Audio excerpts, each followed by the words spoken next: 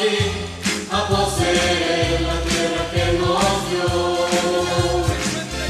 Aunque gigante se encuentre allá, yo nunca temeré. Nos trajo aquí a poseer la tierra que nos dio. Aunque gigante se encuentre allá, yo nunca temeré.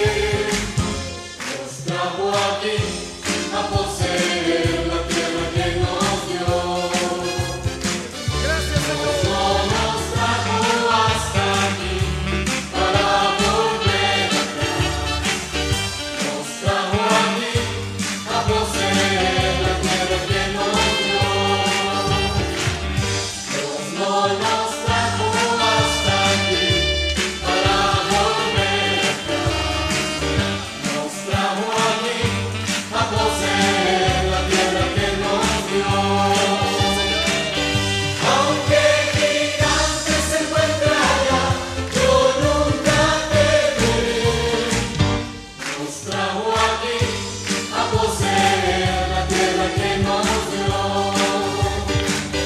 Aunque gigante se encuentre allá, yo nunca temeré.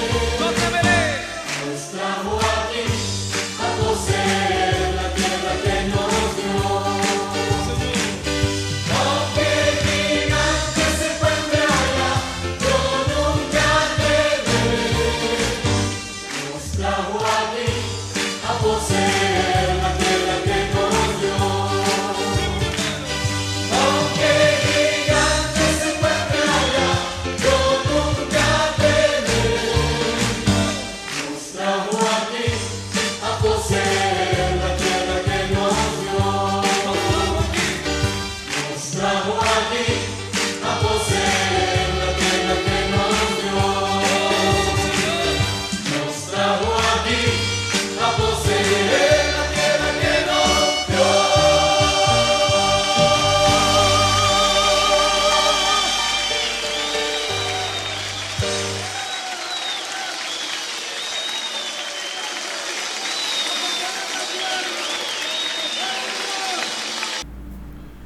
Muy buenas noches, hermanos, que el Señor les bendiga en este día. Para mí es un gusto poder estar con ustedes nuevamente y poder compartir un poco de la palabra de Dios, poder reflexionar en sus enseñanzas y poder tener más herramientas para enfrentarnos a la vida. El día de hoy, continuando la línea que hemos llevado, quiero invitarle a que vaya a Josué 5 para continuar con el estudio que hemos estado llevando las últimas semanas sobre la toma de la tierra prometida, cómo Dios ha preparado a su pueblo, cómo Dios preparó a su siervo y cómo Dios fue bendiciendo paso a paso a cada uno de sus hijos, a cada una de esas 12 tribus, y que aunque les había prometido la tierra donde fluye leche y miel, pues ellos tenían que pelear por esa tierra y ellos tenían que hacer también su parte. En el capítulo 5 ya encontramos a Josué con todo el pueblo reunido. Ya habían separado los varones que iban a pelear de las damas y de los niños, los ancianos que se iban a quedar resguardados del otro lado del Jordán. Ya el Señor había abierto el Jordán para que ellos pasaran y ya estaban del otro lado, ya más cerca de la tierra prometida, ya están en las llanuras de Jericó. Y empieza el capítulo 5 diciendo que había llegado a todos los reyes de la tierra de Jericó, a todos los reyes del otro lado del Jordán, del lado occidente, la noticia de cómo Dios había secado el Jordán para que su pueblo pasara en seco, y que el corazón de ellos desfalleció al reconocer que había un Dios tan grande que no solamente había secado el Mar Rojo, porque ellos lo sabían, que no solamente había secado el Mar Rojo, sino que los había sostenido por 40 años en el desierto, y que además acababa de abrir el Jordán para que nuevamente su pueblo pasara en seco. Y en el versículo 2 del capítulo 5, le invito a que vaya conmigo a la palabra de Dios. Dice: en aquel tiempo Jehová dijo a Josué: hazte cuchillos afilados y vuelve a circuncidar la segunda vez a los hijos de Israel. Y Josué se hizo cuchillos afilados y circuncidó a los hijos de Israel en el collado de Aralot. Esto es la causa por la que Josué los circuncidó. Todo el pueblo que había salido de Egipto, los varones, todos los hombres de guerra, habían muerto en el desierto, por el camino después de que salieron de Egipto, pues todos los del pueblo que habían salido estaban circuncidados, mas todo el pueblo que había nacido en el desierto por el camino después que hubieron salido de Egipto no estaban circuncidados. Recordemos que la circuncisión era el pacto que Dios había hecho, era parte del pacto que Dios había hecho con el pueblo de Israel. Era una forma física de diferenciarlos de todos los demás. Y aquí lo que estaba pasando es que esta generación que había nacido en el desierto no había tenido la circuncisión. Sus padres habían sido circuncidados, pero ellos que habían nacido en el desierto no. Había muchas cosas que el pueblo de Israel no había hecho durante el desierto, y eso es una enseñanza muy interesante, porque sus padres, recordemos que habían entrado al desierto precisamente porque habían desconfiado de la palabra de Dios. Cuando Josué y Caleb van y reconocen la tierra prometida, entonces todos los otros 10 que iban con ellos dijeron que ellos, el pueblo de Israel, eran como langostas delante de los gigantes que había en Jericó, e hicieron que todo el corazón del pueblo de Israel desfalleciera.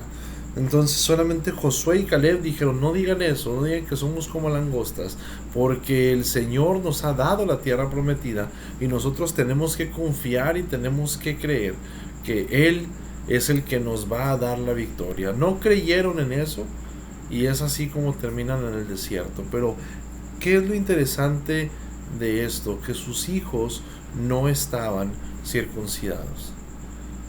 Y esto me hace pensar a mí que el pueblo de Israel en esos 40 años se había olvidado de Dios, se había olvidado de seguir sus preceptos, y solamente ya lo habían tomado como algo muy común, el hecho de que Dios les mandara maná del cielo todos los días. Y posiblemente ellos, sus padres, ya habían tenido un desarrollo ahí de un modus vivendi, de una manera de relacionarse con Dios, de decir: así ya estoy cómodo, o sea, yo sé que Dios me va a mandar esa bendición y ya estoy cómodo. Pero era tanta la comodidad que se habían olvidado de a sus hijos enseñarles a diferenciarse de todo el mundo. Y sus hijos no estaban circuncidados. La circuncisión era una señal física que diferenciaba a todos los israelitas de todos los pueblos que había en el mundo. Y el Señor nos ha dado herramientas y nos ha dado cosas a nosotros para hacernos distintos a todo el mundo. Y como padres tenemos una gran responsabilidad con nuestros hijos, de enseñarles a ellos el temor de Dios, el conocimiento de su palabra, y también enseñarles a vivir de tal manera que sean diferentes al mundo. Pero no solamente los estaban circuncidando por eso, ellos estaban a punto de entrar a la batalla, ellos estaban a punto de ir a pelear en nombre de Dios, y el Señor les estaba arrancando una parte de su cuerpo. Eso me hace pensar, o me hace acordarme de Efesios 4, 22 al 24, donde nos invita a despojarnos del viejo hombre. Dice Efesios 4:22: en cuanto a la pasada manera de vivir, despojaos del viejo hombre que está viciado conforme a los deseos engañosos, y renovaos en el espíritu de vuestra mente, y vestíos del nuevo hombre, creado según Dios en la justicia y santidad de la verdad. ¿Y por qué es importante despojarnos del viejo hombre antes de poder servir a Dios de lleno? porque el viejo hombre, la carne, siempre está peleando contra la voluntad de Dios. Hay personas, y yo era uno de ellos, que siempre están recordando esas victorias terrenales y están recordando todo lo que hicieron cuando estaban lejos de Dios y todo lo que hacían en el mundo. Obviamente siempre se cuentan las ganadas, no se cuentan las perdidas, pero lo dicen con tanto ahínco, lo dicen tan sabroso, que ya hay personas que les han llegado a preguntar: oye, ¿me estás presumiendo o me estás testificando? ¿Me estás diciendo de dónde Dios te sacó o me estás presumiendo la mala manera de vivir que tenías? Entonces Dios nos invita a que nos despojemos del viejo hombre. Dios nos invita a que nosotros arranquemos ese pasado, a que quitemos esa parte de nosotros para poderle servir de lleno en su reino, en su iglesia, en su cuerpo. Recordemos que somos parte de un cuerpo y nosotros tenemos que, no podemos antagonizar, sino que tenemos que armonizar con la palabra de Dios y con lo que el cuerpo de Dios desea hacer para su reino y para su gloria. Entonces Josué estaba circuncidado, Caleb estaba circuncidado, pero el pueblo de Israel no podía entrar a la tierra prometida y no podía librar la batalla sin despojarse de su mala manera de vivir. No podía ir al nombre de Dios sin tener esa señal de que eran ellos hijos de Dios, y es por eso en parte que lo circuncida. Y la otra es que en el versículo 9 dice: Jehová dijo a Josué, una vez que lo circuncidaron, obedecieron y todo, dice que Jehová dijo a Josué: hoy he quitado de vosotros el oprobio de Egipto, por lo cual el nombre de aquel lugar fue llamado Gilgal, que viene o suena muy parecido a un verbo que en hebreo significa he quitado. Fue llamado Gilgal hasta hoy, y los hijos de Israel acamparon en Gilgal y celebraron la Pascua a los 14 días del mes por la tarde en los llanos de Jericó. Entonces aquí es algo muy interesante, porque dice que Jehová quitó el oprobio, los purificó, los limpió, quitó el oprobio de Egipto. Recordemos, los padres de ellos habían salido de Egipto, pero el corazón de sus padres no había salido, Egipto no había salido del corazón de sus padres. Sus padres salieron de Egipto, pero de sus corazones no salió Egipto. Y es muy probable que al no haber salido Egipto de sus corazones, ellos no hayan enseñado a sus hijos la ley de Dios. Y es algo muy interesante como Dios dice: hoy, al despojarlos de eso, he quitado el oprobio, he quitado la vergüenza de Egipto. El Señor nos purifica, el Señor nos limpia, nos quita la vergüenza de todas las cosas que hicimos, de tal manera que cuando las recordamos con temor, las recordamos con tristeza y las recordamos con el dolor, sabiendo que Dios fue ofendido por esa mala manera de vivir. Entonces ellos, cuando fue quitado el oprobio, cuando fue quitada la vergüenza, ¿qué fue lo primero que hicieron? Lo primero que hicieron fue celebrar la Pascua. Recordaron la promesa de Dios, porque recordemos que la Pascua era la fiesta que ellos tenían para recordar que Dios los libraba de la esclavitud, les daría una tierra prometida y que ellos no volverían a ser esclavos jamás. Ellos celebraron la Pascua por primera vez cuando salen de la esclavitud de Egipto, y entonces ellos recuerdan la promesa de Dios.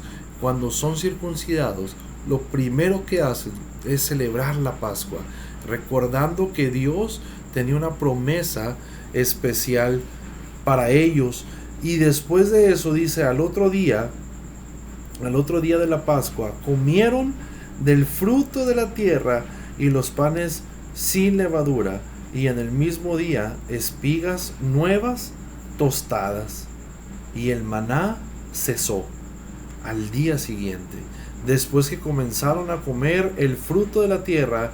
Y los hijos de Israel nunca más tuvieron maná, sino que comieron de los frutos de la tierra de Canaán aquel año. Al otro día, después de la Pascua, comieron del fruto de la tierra y un día después cesó el maná. Es algo muy interesante porque el maná, la bendición de Dios, la providencia, el cuidado especial de Dios, no cesó hasta que ellos tuvieron la oportunidad de comer de la tierra. Y no es que la bendición de Dios haya cesado, sino que Dios cambió la bendición. Dios le dijo, ya no necesitas que yo te sustente como lo hacía en el desierto. Ahora tú ya tienes las habilidades, tienes las herramientas, estás en la tierra que fluye leche y miel.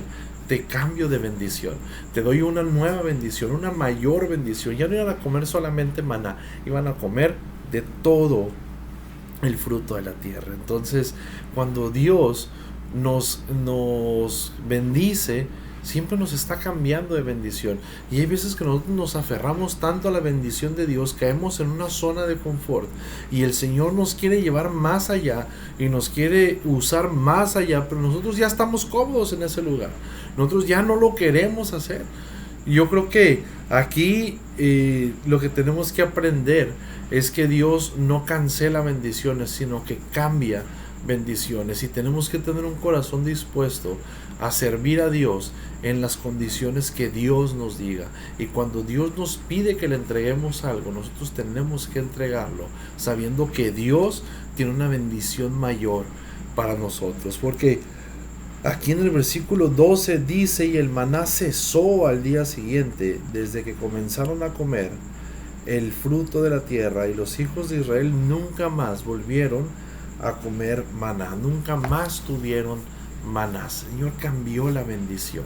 ¿Y cuántas bendiciones el Señor en nuestra vida no nos ha querido dar y nosotros estamos aferrados al maná? El Señor nos invita a que le sirvamos de una mejor manera, pero ya estamos cómodos ahí. Nos piden en la iglesia que a lo mejor pasemos y ayudemos a recoger la ofrenda, y ahí vamos y apoyamos, pero de pronto nos piden algo más, nos piden que oremos, y hay quienes dicen: yo no oro. Eso es algo que nosotros no nos podemos dar el lujo. Un hijo de Dios siempre tiene que ir creciendo. Un hijo de Dios siempre tiene que ir buscando la manera de servir más a Dios y servir de una mejor manera. Y en el servicio a Dios están todas las bendiciones.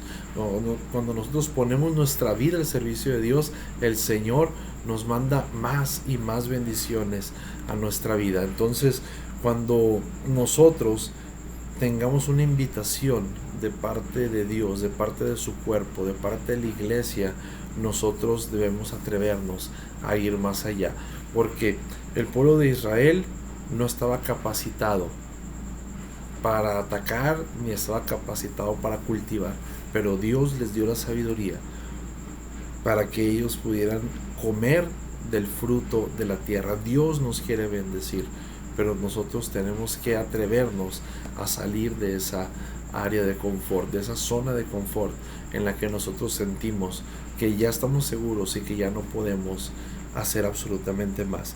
Pero sabes, casi al final de este capítulo hay una imagen muy interesante que a mí me llama bastante la atención. En el versículo 13 dice que estando Josué cerca de Jericó, alzó los ojos y vio a un varón que estaba delante de él, el cual tenía una espada desenvainada en su mano. Y Josué, viendo hacia él, le dijo: ¿eres de los nuestros o de nuestros enemigos? Y qué interesante la pregunta que hace Josué, porque antes de entrar a la batalla, el Señor no se le presentó a Josué hasta que estuvo todo el pueblo purificado, todo el pueblo santificado, y hasta que el pueblo había pasado al otro lado del Jordán. Y recordemos que la presencia de Dios había hablado con Josué, porque en el capítulo 1 vemos que se le presenta delante de él, se le presenta su presencia, y le dice: Moisés mi siervo ha muerto, ahora levántate tú, porque tú vas a llevar a este pueblo a la victoria de la tierra prometida, que la conquisten. Yo les di todo lo que la planta de su pie pise. Ustedes tienen que trabajarlo, pero así como estuve con Moisés, voy a estar contigo. Pero Josué no había visto a Dios. Esto es una teofanía, esto se conoce como teofanía. Es una imagen de Dios, de Cristo, antes de que viniera a la tierra como el Mesías, como el Salvador. Y se le presenta a este varón, y Josué le hace una pregunta muy interesante: ¿eres de los nuestros o eres de los enemigos? ¿Eres amigo o eres enemigo? ¿Estás con nosotros o estás contra nosotros? ¿De qué bando eres? Y él se presenta y le dice: no, mas como príncipe del ejército de Jehová, como comandante de los ejércitos de Jehová, he venido ahora. Entonces Josué, postrándose sobre su rostro en la tierra, le adoró y le dijo: ¿qué dice mi Señor a su siervo? Y cuando el Señor se nos presenta, el Señor se nos sigue presentando de muchas maneras. ¿Qué hacemos con esa presencia de Dios? Cuando el Señor llama a nuestro corazón, cuando el Señor está delante de nosotros, ¿es nuestro amigo o es nuestro enemigo? ¿Es nuestro amigo solamente cuando estamos en tribulaciones? Mi abuelo decía que las mejores oraciones las hacíamos cuando teníamos temor. Las mejores oraciones las hacemos cuando tenemos miedo, cuando estamos atribulados. Pero curiosamente, a veces nomás pasa la tribulación y nos olvidamos de las promesas que hicimos y nos olvidamos de que Dios es nuestro amigo. Y el Señor nos dice: vosotros sois mis amigos si hacéis mi voluntad. Entonces Josué se presenta delante de este varón, delante de Dios, y le dice: ¿eres amigo o eres enemigo? ¿Es Dios nuestro amigo? ¿Es Dios nuestro amigo o es nuestro enemigo por el hecho de decirnos cosas que a veces van en contra de nuestra moral y a veces van en contra de lo que nosotros desearíamos hacer? Hay gente que no sigue a Dios y hay gente que niega la presencia de Dios porque no le conviene de manera moral.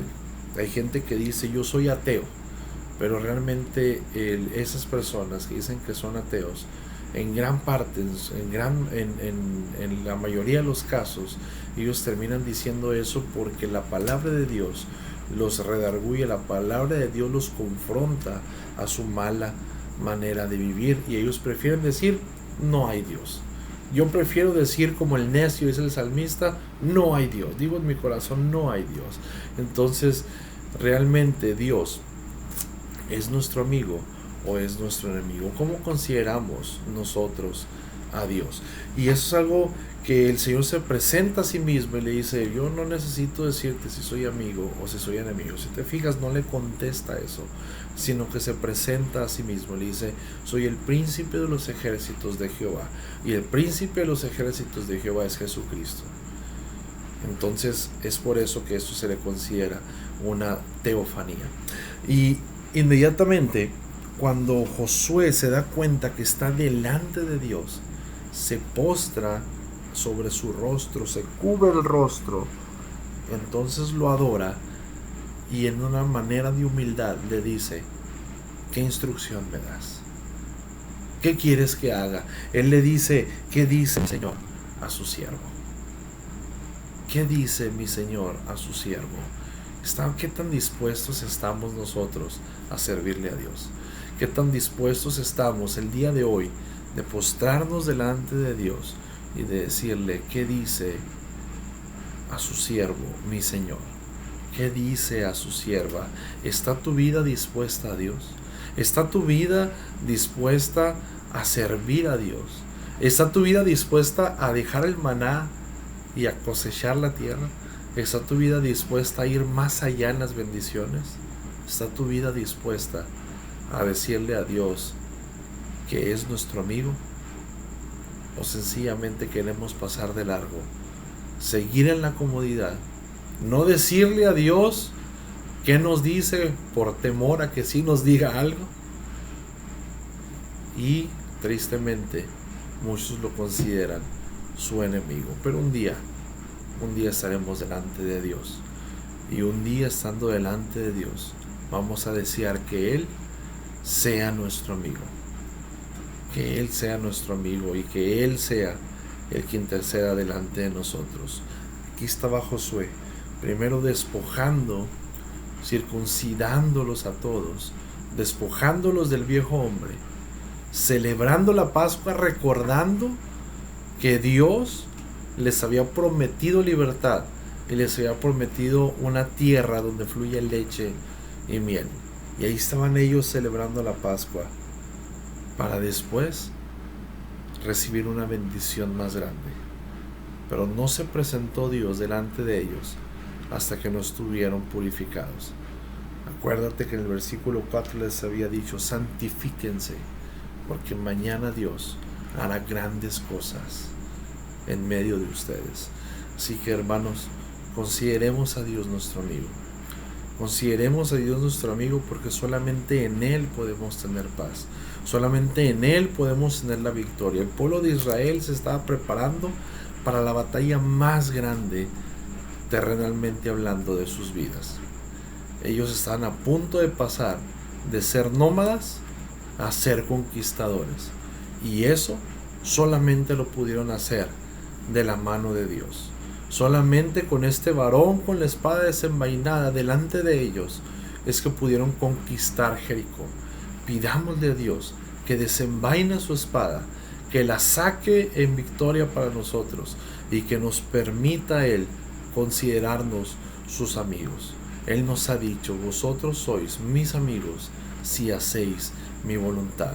La manera de ser amigo de Dios es haciendo la voluntad de Dios.